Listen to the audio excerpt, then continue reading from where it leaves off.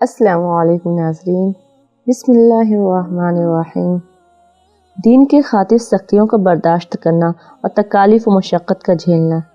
حضور اقدس صلی اللہ علیہ وسلم اور صحابہ کرام رضی اللہ عنہم نے دین کے پھیلانے میں جس قدر تکلیفیں اور مشقتیں برداشت کی ہیں، ان کا برداشت کرنا تو درکنار، اس کا ارادہ کرنا بھی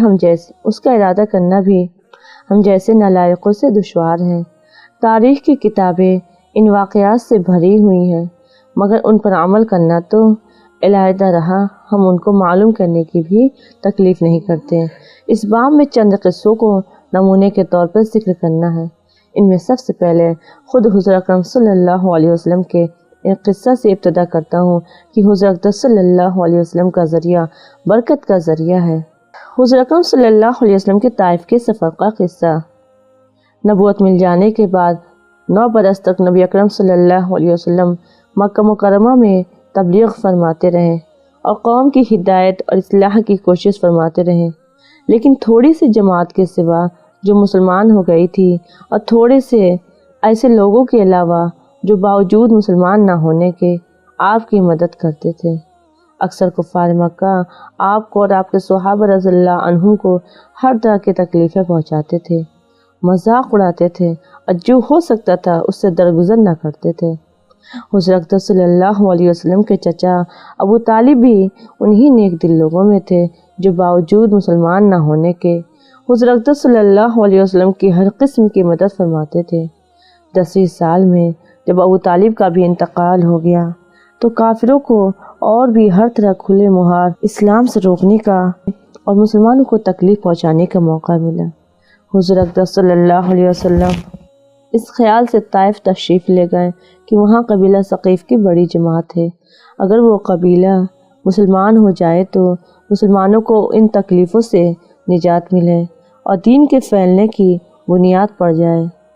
وہاں پہنچ کر قبیلہ کے 3 سرداروں سے جو بڑے درجے کے سمجھے جاتے تھے گفتگو فرمائی اور اللہ کے دین کی طرف بلایا اور اللہ کے رسول کی یعنی اپنی مدد کی طرف متوجہ کیا، مگر ان لوگوں نے بجائے اس کے کہ دین کی بات کو قبول کرتے یا کم سے کم عرب کی مشہور مہمان نوازی کے لحاظ سے ایک نوارد مہمان کی خاطر مدارات کرتے، صاف جواب دے دیا اور نہایت بے رخی اور بد اخلاقی سے پیش آئے۔ ان لوگوں نے یہ بھی گوارا نہ کیا کہ آپ یہاں قیام فرما لیں۔ جن لوگوں کو سردار سمجھ کر بات کی تھی کہ وہ شریف ہوں گے اور مہذب گفتگو کریں گے، ان میں سے ایک شخص بولا کہ اوہو، آپ ہی کو اللہ نے نبی بنا کر بھیجا ہے۔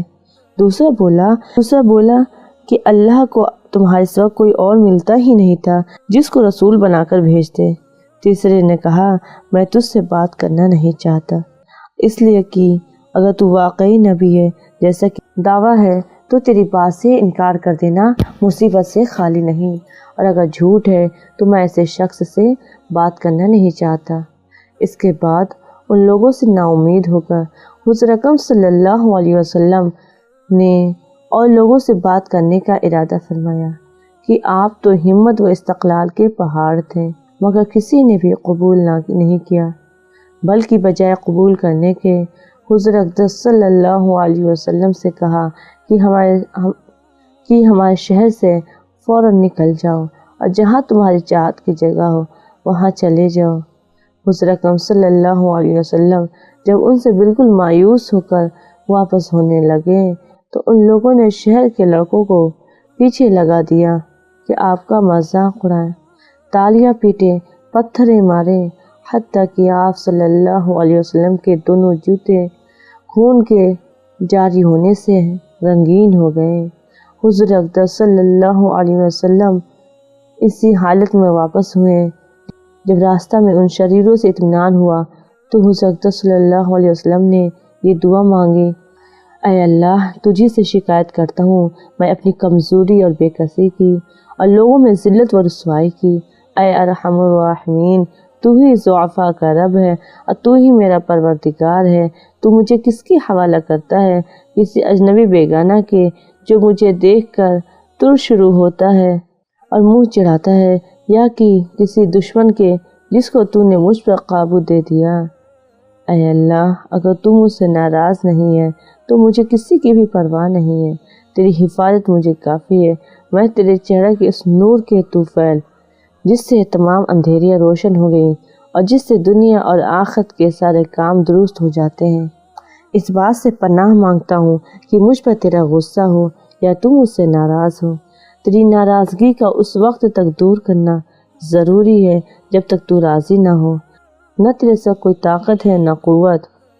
مالک الملک کی شان قہاری کو اس پر جوش آنا ہی تھا کہ حضرت جبرائیل علیہ السلام نے آ کر سلام کیا اور عرض کیا کہ اللہ تعالی نے آپ کی قوم کی وہ گفتگو جو آپ سے ہوئی سنی اور ان کے جوابات سنے، اور ایک فرشتہ کو جس کے متعلق پہاڑوں کی خدمت ہے آپ کے پاس بھیجا ہے کہ آپ جو چاہیں اس کو حکم دیں۔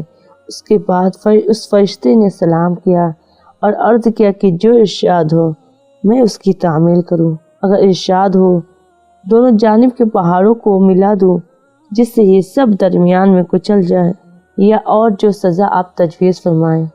حضور اکرم صلی اللہ علیہ وسلم کی رحیم و کریم ذات نے جواب دیا کہ میں اللہ سے اس کی امید رکھتا ہوں کہ اگر یہ مسلمان نہیں ہوئے تو ان کی اولاد میں سے ایسے لوگ پیدا ہوں جو اللہ کی پرستش کریں اور اس کی عبادت کریں۔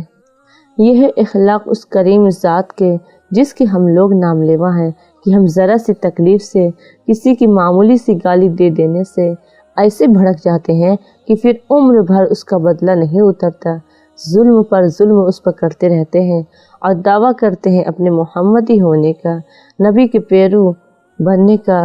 نبی کریم صلی اللہ علیہ وسلم اتنی سخت تکلیف اور مشقت کے باوجود نہ بد دعا فرماتے ہیں نہ کوئی بدلہ لیتے ہیں۔